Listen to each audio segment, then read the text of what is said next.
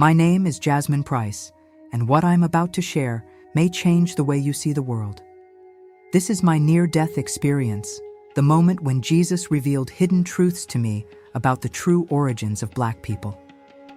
What I saw and heard completely transformed my understanding of history, spirituality, and the divine purpose of a people who have long been misunderstood. That night, on August 4, 2020, I was weak, tired, and carrying pains that doctors couldn't explain. Months of exams, treatments, and prayers seemed to have no effect. I felt that something was wrong, but I could never imagine what was about to happen. I was in the living room, talking with my husband about the children and school duties. Everything seemed normal until suddenly I felt my body give way. My heart raced, my vision darkened, and before I could ask for help, I was enveloped by absolute silence. The world around me disappeared. When I opened my eyes again, I realized I was no longer in my body. I was floating in an illuminated space where the very air seemed to be made of light. The sensation was indescribable, absolute peace, lightness, and a mental clarity I had never experienced before. Then, before me, I saw a bright figure. His white garments shone, and his gaze penetrated my soul with a love that seemed infinite. Jesus was there. He looked at me with compassion and said, "Jasmine, there are truths that have been forgotten, distorted, and used to oppress. But today, I will show you what really happened." A wave of emotion took over me. I had so many questions, so many doubts, but before I could speak, he revealed something that changed everything I knew about my own ancestry. Since childhood, I had heard that Black people were descendants of Ham, Noah's son who had been cursed. This belief justified centuries of slavery, discrimination, and inequality. But Jesus looked into my eyes and said something that made my heart stop. The curse of Ham was one of the greatest misunderstandings in history. I felt a shiver run through my body. He continued, "The curse was never about Ham, but about Canaan, his son. When Noah awoke from his drunkenness, he did not curse all of Ham's descendants. Only Canaan was cursed, and this curse had a spiritual, not racial meaning." The shock hit me hard. How could this truth have been distorted in such a way? How could entire generations be led to believe that someone's skin color could determine their standing before God?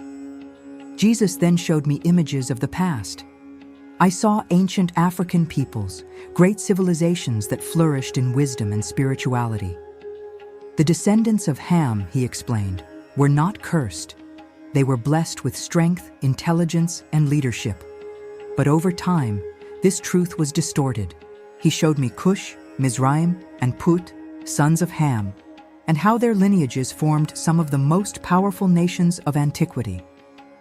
Cush, he said, was the father of the ancient African peoples. The kingdom of Cush was a powerhouse, a center of knowledge and culture. And yet, this history was erased. Jesus' words continued to echo within me as he led me to an even greater revelation. Egypt, he said, was not just a land of slavery, but a cradle of wisdom. Mizraim, another son of Ham, gave rise to Egypt, a place where knowledge and spirituality flourished. Moses himself grew up there, learning his wisdom before being called to free my people. The truth unfolded before me like a grand tapestry. I saw images of ancient civilizations of Ethiopia, Nubia, and Cush. I saw Black kings and queens ruling with justice and wisdom, honoring God with their gifts and talents. And then, Jesus looked at me and said, "Black skin was never a sign of a curse, but of beauty and divine purpose." Tears streamed down my face. For centuries, so many people carried the weight of a lie. The belief that someone's skin color could determine their worth was a distortion of the truth, a tool of oppression created by man, not by God. Jesus showed me how this distortion led to centuries of pain, discrimination, and suffering. How slavery and segregation were justified based on a misinterpretation of Scripture. But he also showed me something more powerful: the resilience of Black people, their ability to resist, to maintain their faith, their culture, and their dignity, even in the face of adversity. "They are my warriors," he said, "my chosen people to carry a special light in the world." I then saw images of the African diaspora, how Ham's descendants were taken to distant lands, forced to serve, separated from their origins. But I also saw how, even in pain, the divine spark never went out. I saw spiritual leaders rising up, prophets, pastors, activists, all guided by faith and the desire for justice.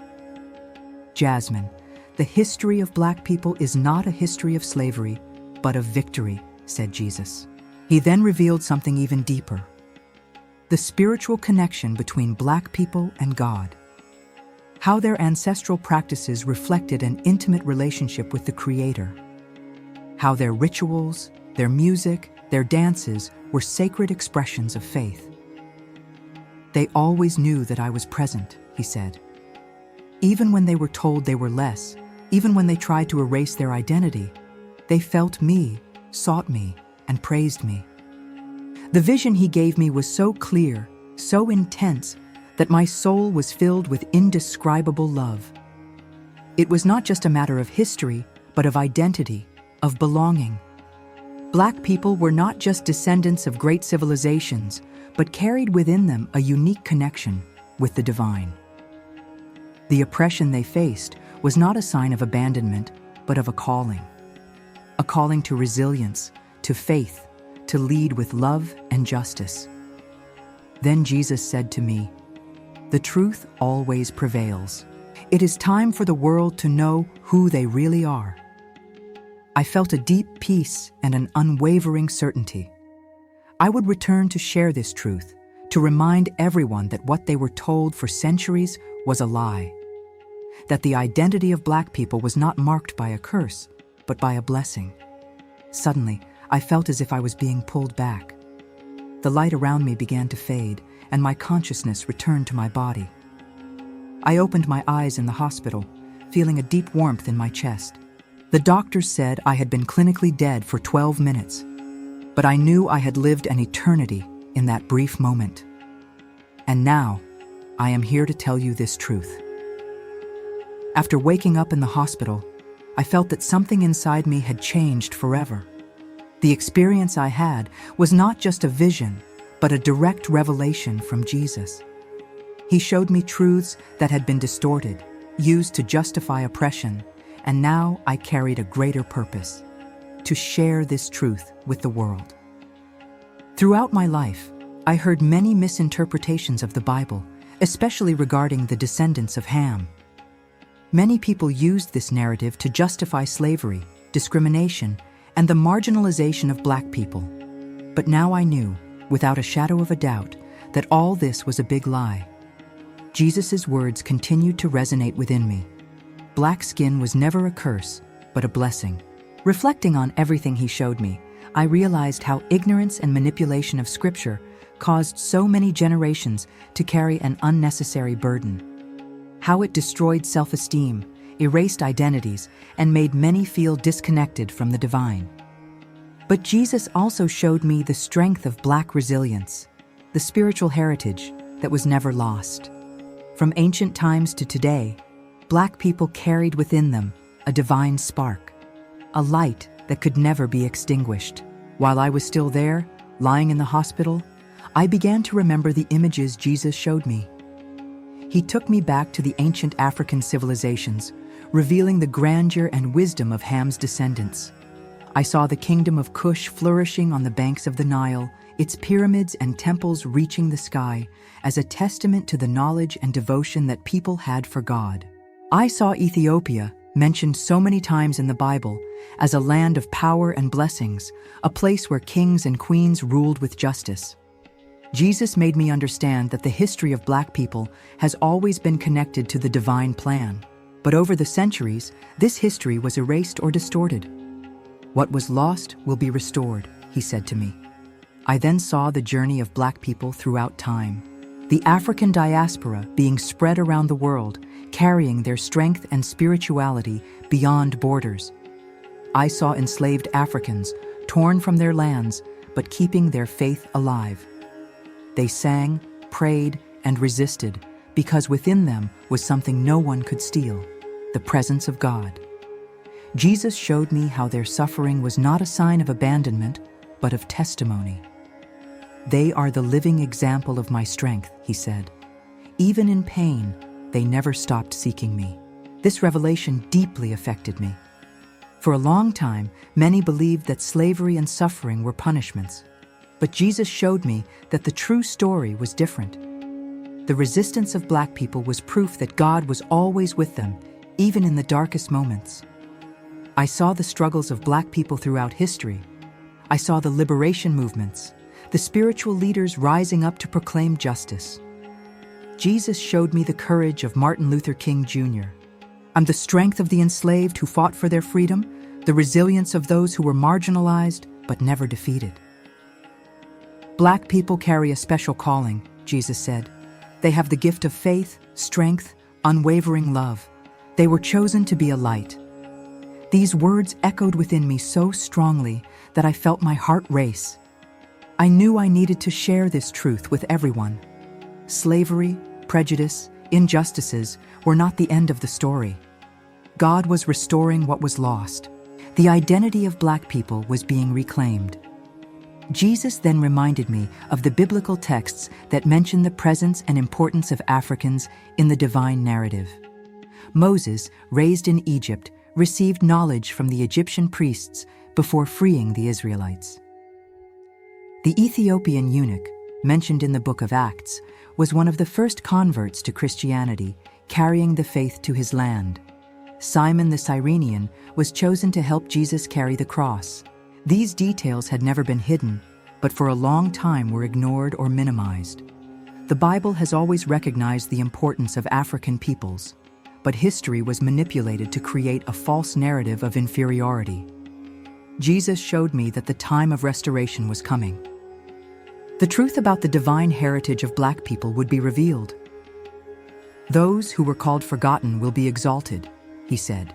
I then saw a vision of the future, a time when the identity and history of Black people would be recognized, where their spirituality, culture, and faith would be restored, where the connection with God, which has always existed, would be a beacon to the world. Jesus told me that the fight for justice was more than a social issue. It was a spiritual movement. He heard the cries of the oppressed and was bringing a new time. I then saw that the faith that sustained Black people through the centuries was a reflection of God's own love. The faith that survived slavery, segregation, oppression was a living testimony of divine power. Jesus looked at me and said, "The world needs to know this truth. They need to know who they really are." At that moment, I felt an indescribable warmth in my chest. I knew my mission was to carry this message forward. The time of restoration had come. When I finally returned to my body, the doctors looked at me in surprise. They couldn't understand how I had survived after being clinically dead for over 12 minutes. But I knew. I knew I had been given a second chance to share this truth. Now, if you are listening to this, understand, this revelation was not just for me, it was for all of us.